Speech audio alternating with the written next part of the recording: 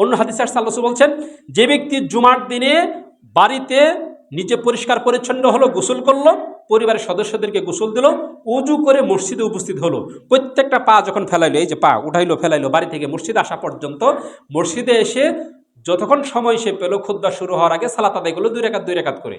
খুতবা শুরু হলো, মনোযোগ সহকারে ইমামের খুতবা শুনলো, যখন ইমাম সালাত আদায় করলেন 2 রাকাত সালাত তার সাথে শেষ করলো।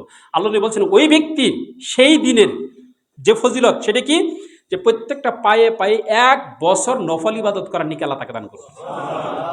1 বছর প্রতি পায়ে পায়ে। কেমন বছর? যে দিনের বেলাতে রোজা করছে, রাত্রের বেলাতে সারা রাত তাহাজ্জুদ পড়ছে, দিনের বেলা রোজা করছে, রাত্রের বেলাতে তাহাজ্জুদ পড়ছে, এইভাবে 1 বছর সে সময় অতিক্রম করছে। এই 1 বছরে জানি কি হয়েছে, 1 পা ফেলানোর কারণে তার সে পরিমাণ নাকি হবে।